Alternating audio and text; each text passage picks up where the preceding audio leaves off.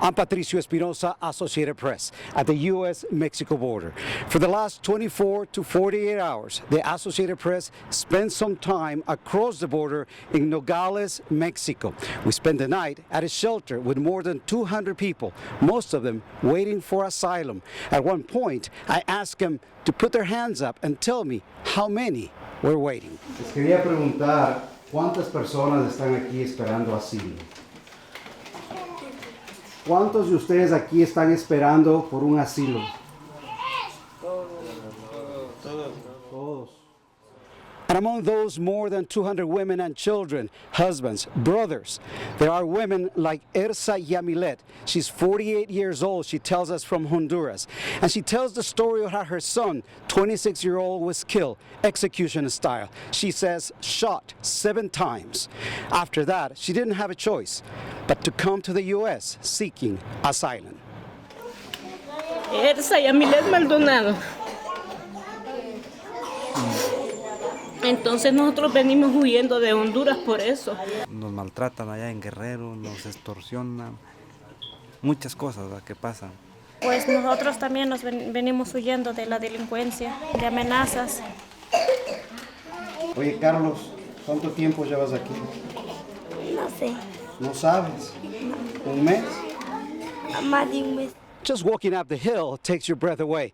Imagine what it's like going across several borders from Honduras, Guatemala, to eventually make it here, the U.S.-Mexico border, only to wait across the border at a shelter with 200 women and children, getting your name on the list, hoping that at some point your number would come up.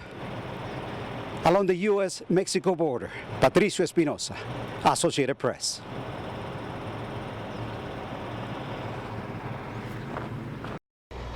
I'm standing here right by the border wall, and suddenly the ranchers on the U.S. side are opening up the gates so the cattle from the Mexican side can come across.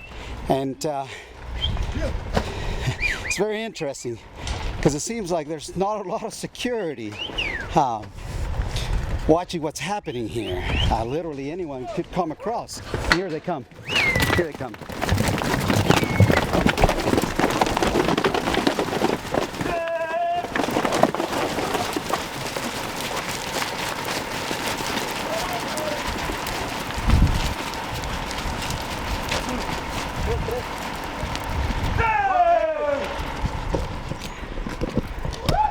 And so this is one of those things that politicians talk about. What would happen if the U.S.-Mexico border is closed? Well, what would happen is operations like this one, bringing Mexican cattle into the U.S. for consumers, it may come to a stop.